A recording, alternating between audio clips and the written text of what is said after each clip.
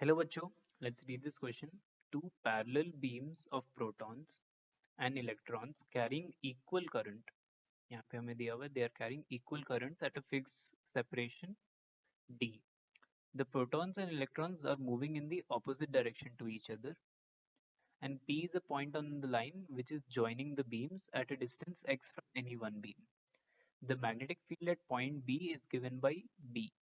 We need to plot B with against x and we need to find which of the curve represents this graph. ठीक है बच्चों, तो हम यहाँ पे देख लेते हैं. We can draw the scene over here. तो ये हमारा wire 1 मान लेते हैं. This is going to be the wire with protons.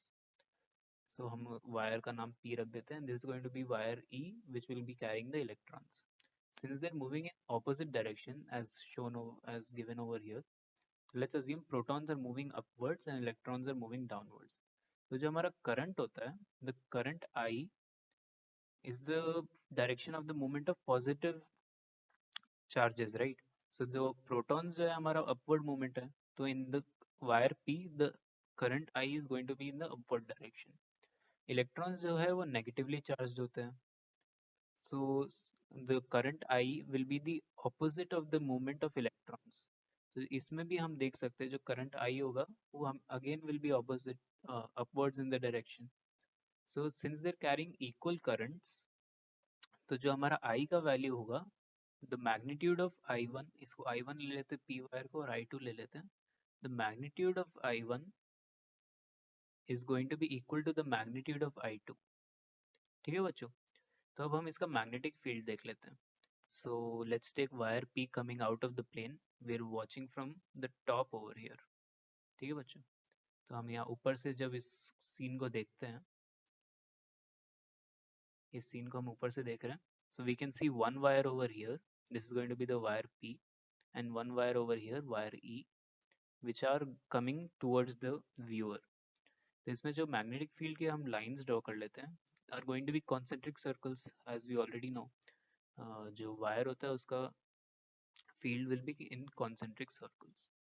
ठीक है बच्चों, तो अब यहाँ पे मैं रफ कॉन्सेंट्रिक सर्कल्स बना देता हूँ which are centered at the wire itself.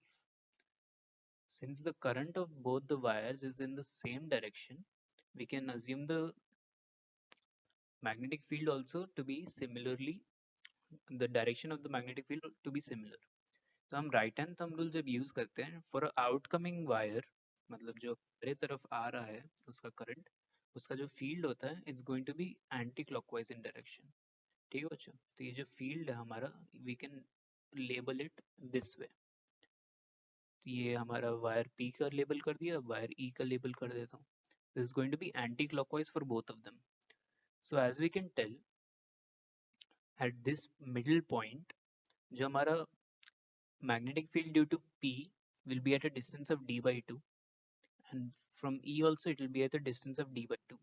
Since we know I is the same and the distance is also the same, so our magnitude of the magnetic field at this point is going to be same, right? B1 will be equal to B2 magnitude wise. Lekin as we can see, the direction of the magnetic field due to P is in the upward direction, whereas the direction due to current E जो है वो हमारा downward direction में है. तो जो direction opposite है magnitude same है, तो the net magnitude B net middle में it's going to be equal to 0, है ना बच्चों? तब हम देख लेते हैं यहाँ पे कौन सा ऑप्शन, ये ऑप्शन बी तो हमारा straight away zero cancel out हो जाता है बिकॉज डी बाई टू पे it's not going to be a constant value, it's going to be 0.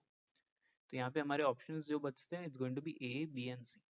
Now as we go closer to the wire, हमें पता है magnetic field is going to be inversely proportional to r to the power n. ये exponent inversely proportional to the exponent of r. ठीक है बच्चों, तो यहाँ पे जैसे जैसे हम क्लोजर जाएंगे वायर के, जो हमारा मैग्नेटिक फील्ड है it will keep on increasing till infinity, है ना? तो यहाँ पे हम अगर ये लाइन ले लेते हैं, तो as we are coming closer to point P, the current wire E, wire P, तो as we are coming closer, यहाँ पे हमारा positive है magnetic field, so it will tend towards infinity.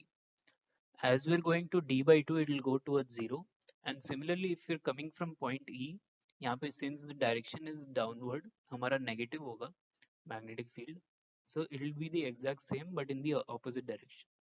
अब जैसे हम ई के राइट साइड में जाते हैं तो the magnetic field will start from a positive infinite value and will tend towards zero as we going away from it.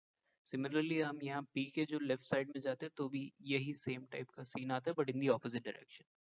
ठीक है बच्चों, तो अब हम कंपेयर करते हैं. As we can see option A जो है इट सेज दैट दोनों साइड में हमारा पॉजिटिव साइड में जाएगा जो मैग्नेटिक फील्ड है and it will hit a constant value for when it comes parallel to the wire E. तो we know that that is not true. तो हमारा जो ऑप्शन ए है वो कैंसिल हो गया. ऑप्शन डी में भी यही इशू आ रहा है that it is going to hit a constant value when it comes parallel to point P. So since we know it has to tend to infinity, so this also becomes wrong. तो हमारा बचा option C. As we can see, it is going towards infinity. तो ये हमारा एक value satisfy हो गया और जो d by 2 है वहाँ पे हमारा वैल्यू 0 है. So as you can see, I have drawn the similar graph. यहाँ पे point E पे again it's going towards negative infinity. Yeah. So as you can see, it's a similar graph. तो ये हमारा best resulting जो curve है, C represents the resulting curve best. ठीक है बच्चों, तो हमारा final answer हो गया option C. I hope you understood the solution. Thank you very much.